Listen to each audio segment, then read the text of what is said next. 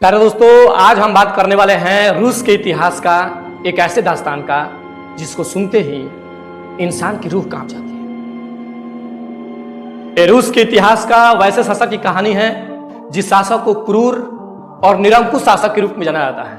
जी हाँ, हम बात करने वाले हैं जार निकोलस द्वितीय के बारे में। कि जार निकोलस द्वितीय अपने ऐशो आराम में व्यस्त था, लेकिन उसकी देश की जो जनता थी वो भूखमरी और बेरोजगारी से जूझ रही थी। इतना ही नहीं, 1905 में दुनिया का सबसे बड़ा देश रूस एशिया का एक छोटा सा देश जापान से पराजित हो जाता है।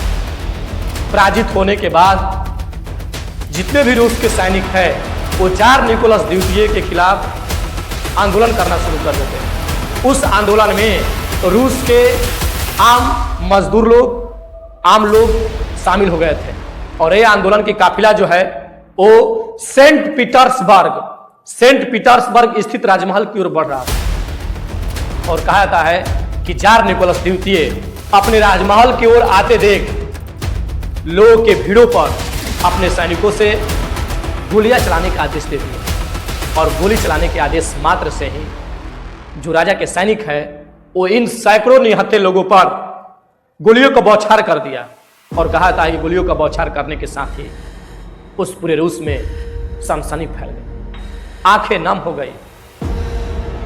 इतना रक्तपात मचा कि इस रक्त के छींटे राजमहल पर भी पड़े। उस राजमहल के आसपास सड़कों पर इंसान की लाशें ही लाशें दिखाई पड़ती थी।